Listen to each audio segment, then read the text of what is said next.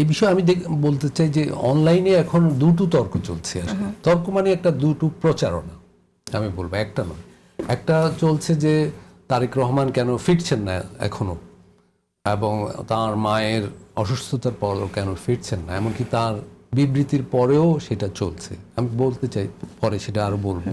আরেকটা বিতর্ক যেটা সবচেয়ে বেশি দুর্ভাগ্যজনক, যখন কেউ কেউ বেগম খালেদা জিয়ার জন্য দোয়া চাইলেন, তখন তার বিরুদ্ধে একটা ক্যাম্পেইন হচ্ছে যে একজন নারী প্রধানমন্ত্রী, নারী রাজনীতিবিদ, এটা তো অনুমোদনযোগ্যই নয়, আর তার জন্য দোয়া চাও।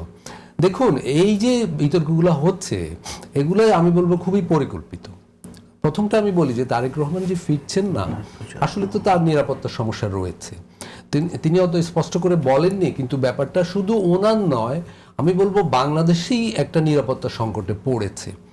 বাংলাদেশে অভ্যুত্থানের পর বিশেষ করে গত কয়েক মাসে যেভাবে দক্ষিণপন্থী শক্তির উত্থান ঘটছে, এবং বাংলাদেশের এইটা সাধারণ মানুষ যতটা নিরাপত্তাহীনতায় ভুগছে এবং সবাই ভবিষ্যৎ নিয়ে যে আতঙ্ক উদ্বেগে পড়েছে, সেটা তো আসলে ভাবনারই ব্যাপার। এর সাথে তারেক রহমান নিজের নিরাপত্তাও ভাবছেন। আবার জনগণ আশা করছে দেশের এই দুর্যোগে একজন মানুষ আমাদের পাশে দাঁড়াতে পারে। আমাদের একজন অভিভাবক দরকার, শক্ত রাজনীতিবিদ দরকার, এবং খালেদা জিয়াও অসুস্থ। বাংলাদেশের সামনে আসলে এখন 3 ধরনের নেতৃত্বের শূন্যতা তৈরি হচ্ছে। একটা হলো একটা মধ্যপন্থী নেতৃত্বের শূন্যতা, একটা হলো অভিভাবক সুলভ নেতৃত্বের শূন্যতা, আর আরেকটা হলো শক্তিশালী নেতৃত্বের শূন্যতা।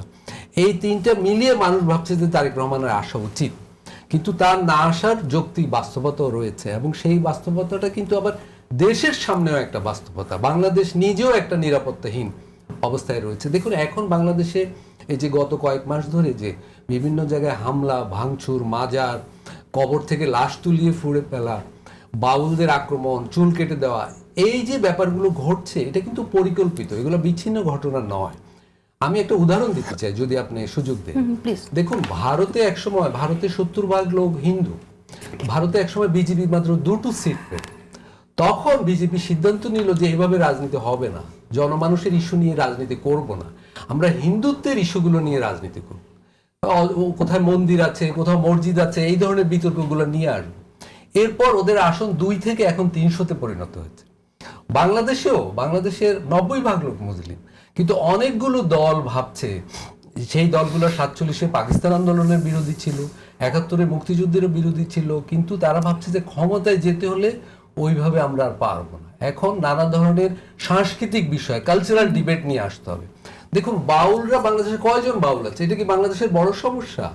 বাংলাদেশের বড় সমস্যা হলো কর্মসংস্থান, তারপরে নানা ধরনের এই জন্য অর্থনীতি, কৃষকরা ন্যায্য মূল্যে দাম পাচ্ছে না, আবার শহরের মানুষ মার্কেট সিন্ডিকেটের কাছে জিম্মি।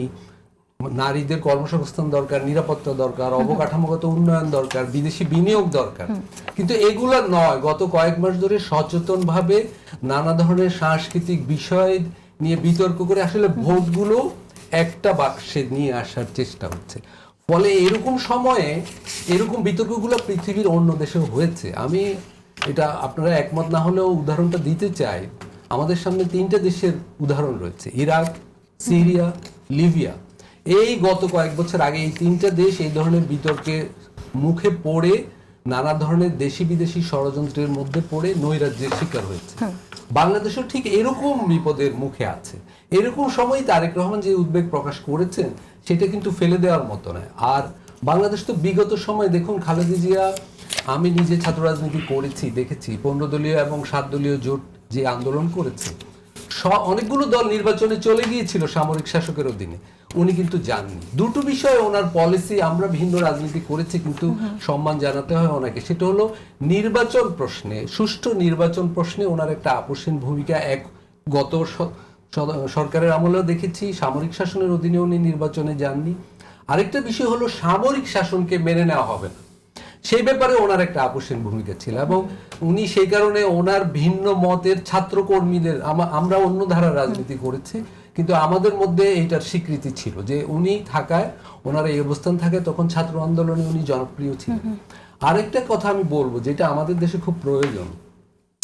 দেখুন, এই যে গত 15 বছর উনি এই বয়সে পুত্র স্বামীকে হারিয়েও জেলে ছিলেন, কারাগারে ছিলেন, কিন্তু উনি কিন্তু গণঅভ্যুত্থানের পর যারা ওনাকে কারাগারে রেখেছে কোনো কটূক্তি করেননি। তো এই যে সাংস্কৃতিক ব্যাপারগুলো, এগুলো জরুরি। এগুলো জানার পরেও এখন যারা তর্ক করছেন সোশ্যাল মিডিয়া যে নারী নেত্রী হারাম, নারী নেত্রীর জন্য কেন দোয়া করব, এগুলো আমাদেরকে অনেক পিছিয়ে নিয়ে যাওয়ার ব্যাপার, এগুলা সমাজকে অনেক পিছনে নিয়ে যায়। বাট আমি একটা বিষয়টা আনতে চাই যে আপনি বললেন যখন জেলে ছিলেন, উনি যখন জেলে গেলেন 2019-এর কথা, আদালতের পরামর্শে, আদালতের